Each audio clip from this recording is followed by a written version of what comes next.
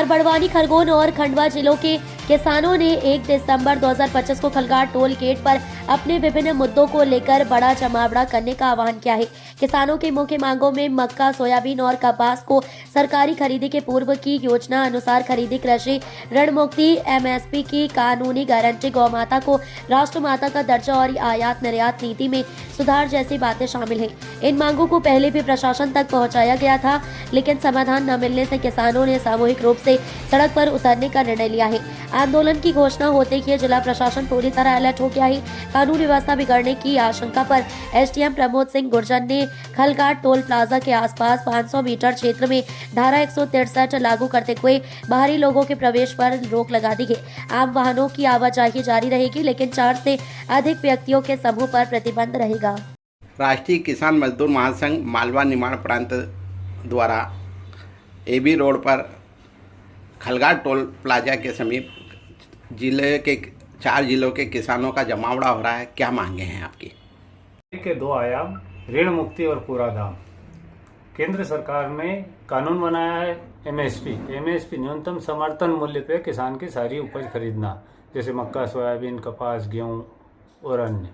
किंतु विगत 2 दशकों से देखते आ रहे हैं मंडियों की हालत खस्ता हो रही है। किसान की एक भी उपज समर्थन मूल्य पे नहीं खरीदी जा रही है और इस क्रम को चलते हुए किसान की हालत बदता हो रही है और किसान कर्जे में डूबता जा रहा है।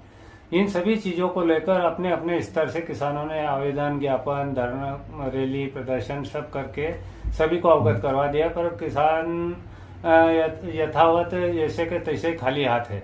इन सभी चीज़ों को लेकर 4 जिले खंडवा, खरगोन, बड़वानी, धार के तत्वाधान में राष्ट्रीय किसान मजदूर महासंघ ने एक जगह चिन्हित की है कि वहाँ एक जगह एकत्रित होकर सरकार से जो नियम बने उन नियमों पर बात करेंगे कि आपके ही द्वारा नियम बनाए गए हैं, तो ऐसा क्या कारण बन रहा है जो आपके नियमों पे ही आप खरीदी नहीं ना तो करते हैं न करवा रहे हैं।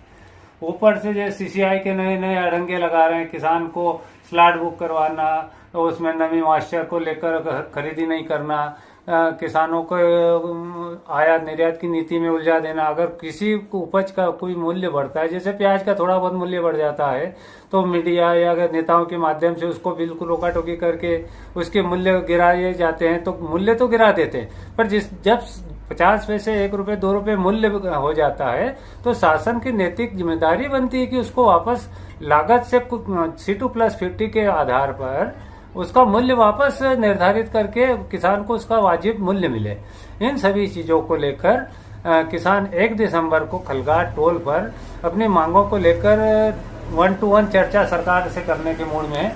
अभी तक किसी भी एजेंसी या किसी भी सांसद, विधायक, राज्यसभा, लोकसभा के जवाबदार जनप्रतिनिधि के द्वारा किसानों की कोई न तो समस्या सुनी गई, न उस समस्या को निराकरण निकालने के लिए पहल की गई। मजबूरन किसान को अपने खेत के पानी, दवाई, खाद, बिजाई, बोआई छोड़कर सारी समस्याओं को यथावत रखते हुए उनको सड़क पर आने को सरकार मजबूर कर रही है। आपका नाम और पद? वल्लभ पटेल, समन्वय समिति अध्यक्ष, धर्मपुरी, मेहगांव। धामनोद समाचार के सभी वीडियोस पाने के लिए हमारे चैनल को भी सब्सक्राइब करें, साथ ही पास में बने हुए बेल आइकन पर प्रेस करो और नोटिफिकेशन पर क्लिक करें, ताकि सभी वीडियोस के नोटिफिकेशन आप तक तुरंत पहुंच पाए। आप हमें फेसबुक पर भी फॉलो कर सकते हैं।